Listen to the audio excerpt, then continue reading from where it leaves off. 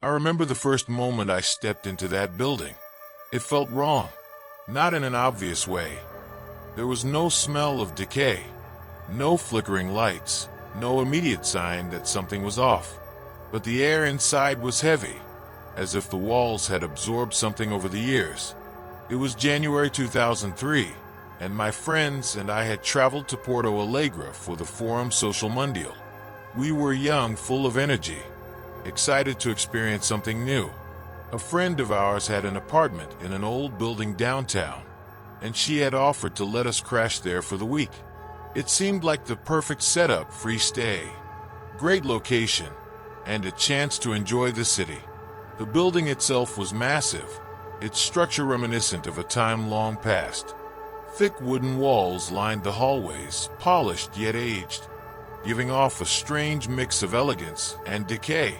As we walked through the lobby, I noticed how eerily quiet it was despite the building being so large. Our footsteps echoed, swallowed by the dimly lit corridors. But what truly unsettled me were the elevators. There were two of them, positioned side by side. They were old, real old, the kind with wooden paneling and heavy metal gates. Every time they moved, they let out deep, hollow creaks, as if the entire structure was groaning under their weight. At first, we laughed it off, joking about how ancient they were. But the moment I stepped inside, the laughter faded. The air in the elevator was different, stagnant, suffocating.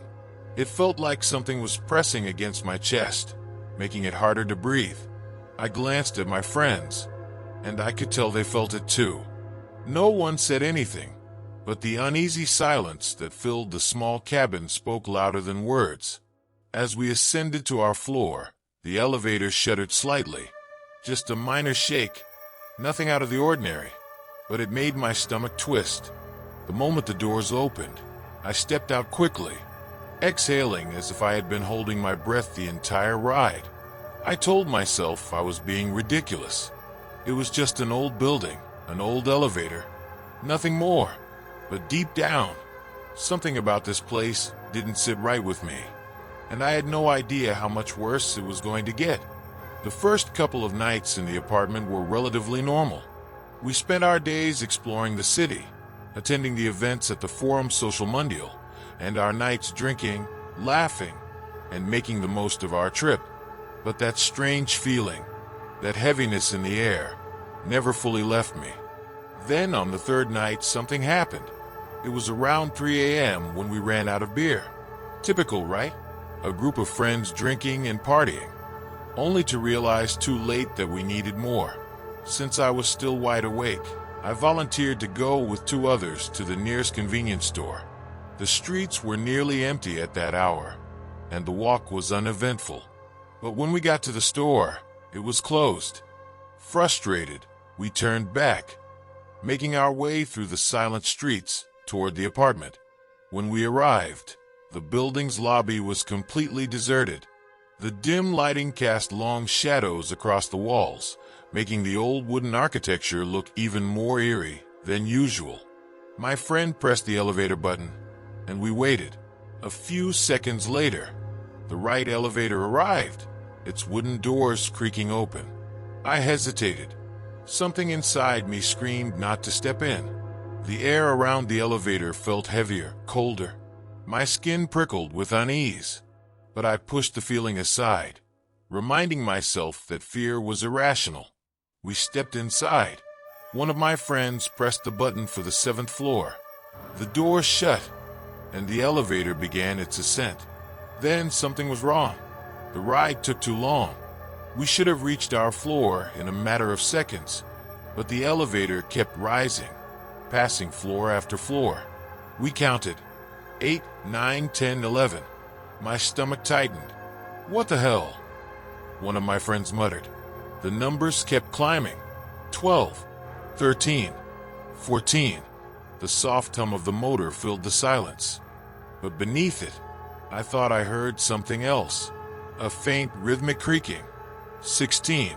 The elevator came to a sudden stop. None of us moved. None of us breathed. The doors remained shut, trapping us in that tiny wooden box. The air was thick, suffocating. Then we heard it. Another elevator moving. Somewhere close to us. The second elevator had also stopped on the same floor, but we hadn't heard anyone call for it. My heartbeat pounded in my ears. Then, with an agonizingly slow groan, our elevator doors began to slide open. And that was when I realized we weren't supposed to be here. The doors opened. A cold, stale air seeped into the elevator, carrying with it the scent of dust and something else, something metallic. Blood? Rust? I couldn't tell. The hallway beyond was dimly lit by weak, flickering bulbs. The wallpaper was old, peeling, revealing patches of cracked plaster underneath. The carpet was faded and threadbare, as if no one had walked these halls in years. But that wasn't what made my stomach twist into knots. It was the silence. Not the comfortable kind of quiet you expect in an empty hallway at night, but an oppressive, unnatural stillness. The kind that made you hyper-aware of your own breathing, your own heartbeat. The kind that made you feel like something was watching you. None of us moved. I glanced at my friends. They were as frozen as I was, their faces pale under the dim lights. Then the second elevator opened. Our heads snapped toward it. There was no one inside. The door stood wide open, revealing the empty wooden interior. But the moment I looked inside, I felt it. Something had been there. Maybe it still was. I took a step back, my chest tightening. "We need to get out of here," I whispered. My friend closest to the elevator panel frantically pressed the button for the 7th floor. Nothing happened. The button lit up, but the elevator didn't move. The silence stretched, growing heavier with each second. Then, a sound, a faint shuffle, a whisper of movement from the far end of the hallway. My breath caught in my throat. I didn't want to look. I didn't want to see what was there. But something deep inside me, some primal, terrified instinct, forced my eyes toward the darkness at the end of the corridor. And that was when I saw it. A shadow. A tall, distorted silhouette, standing just beyond the reach of the flickering light. It wasn't moving, but I knew. It was looking at us. My pulse hammered against my ribs. Then, the lights flickered again, and for the briefest moment, just a fraction of a second, I saw more. A figure. Gaunt, impossibly tall, its limbs slightly too long. Its face was obscured, but I could make out the hollow shape where eyes should have been.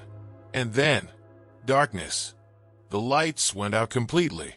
My friend let out a strangled gasp, and then the elevator doors slammed shut. The cabin jerked violently, throwing us against the walls as it began to descend at an alarming speed. The old wood groaned around us, the mechanical whine of the cables filling my ears. Then, a sudden stop. The door slid open. We were on the 7th floor. We practically fell out of the elevator, stumbling into the hallway, gasping for breath. None of us spoke. None of us could. But as we turned to look back at the elevator, we saw it. The doors were still open, revealing the empty cabin. But just before they shut completely, I swear, I saw movement inside.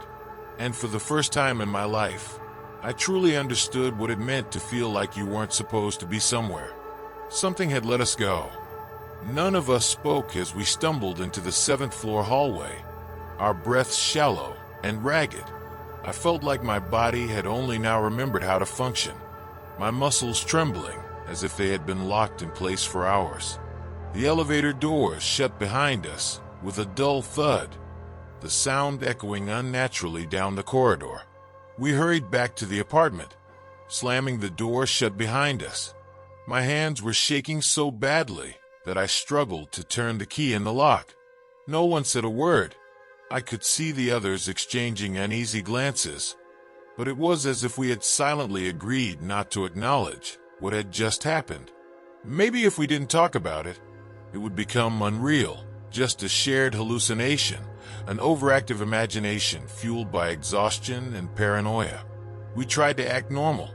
We put on some music, cracked open a few beers, laughed nervously at random things, anything to fill the crushing silence. But no matter how hard we tried to distract ourselves, the atmosphere was different.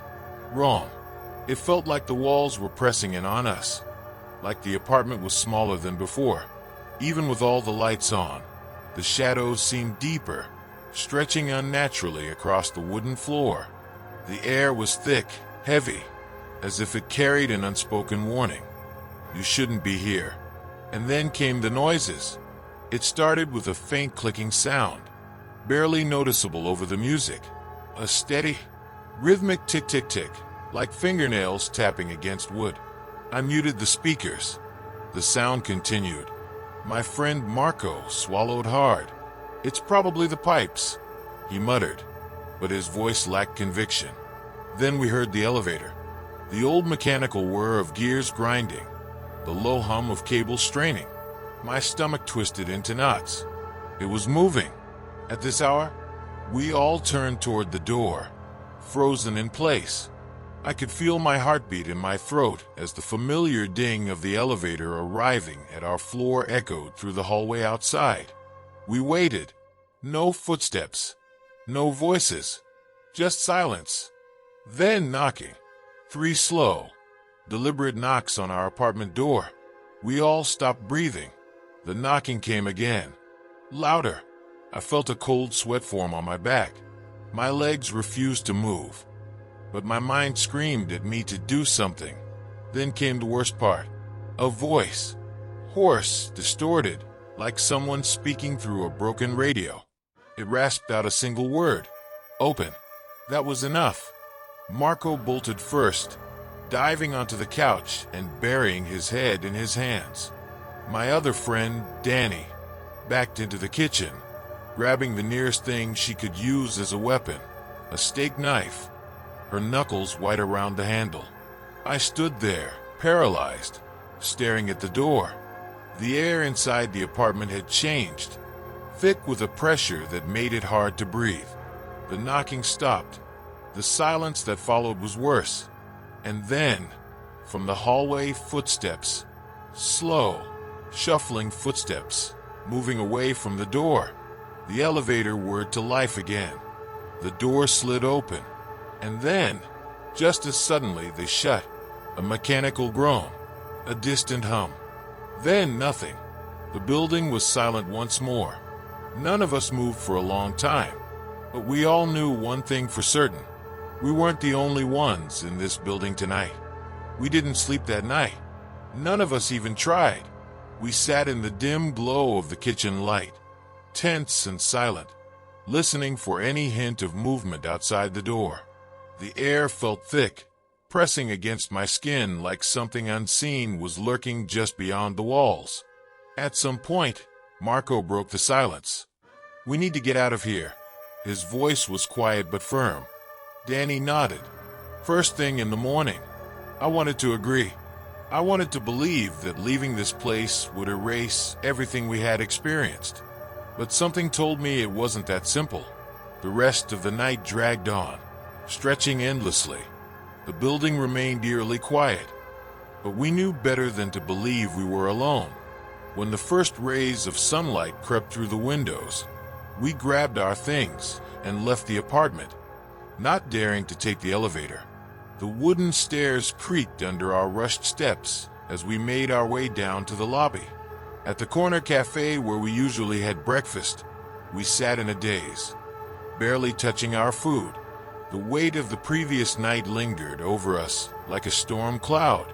That's when the bartender, an older man with tired eyes and a knowing expression, approached our table. "You look like you've seen a ghost," he muttered, refilling our coffee cups. Marco scoffed. "Maybe we did." The man studied us for a moment, then sighed. "You stayed in that building, didn't you?" I felt a chill crawl up my spine. "You know something about it." He nodded, pulling a chair to sit with us. "That place has history. Back when it was a hotel, there was a maintenance worker, one of the best they had. Man spent his whole life taking care of that building, especially those damn elevators." I exchanged a glance with Danny. The bartender continued. One day, during a routine check, he made a mistake. He stepped into the elevator shaft at the wrong moment. The thing wasn't on his floor. He shook his head. They say he fell 16 stories. Broke every bone in his body. My stomach turned. They never got rid of him. The man added, "Not really. People say he still rides those elevators, making sure they keep running. Some claim he knocks on doors at night, still doing his rounds." A thick silence settled between us. "So what?" He stuck there. Danny finally asked, her voice barely above a whisper. The bartender shrugged. "Maybe. Or maybe he just doesn't like when people take his elevators without permission." Marco exhaled sharply. "That's it. We're using the stairs from now on." We laughed, but it was hollow forced. None of this felt funny. By the time we returned to the apartment to pack our bags, the place felt different. Lighter almost, as if whatever had been watching us had finally stepped back into the shadows. We never spoke about that night again, and we never took the elevators again either. Some things are better left behind.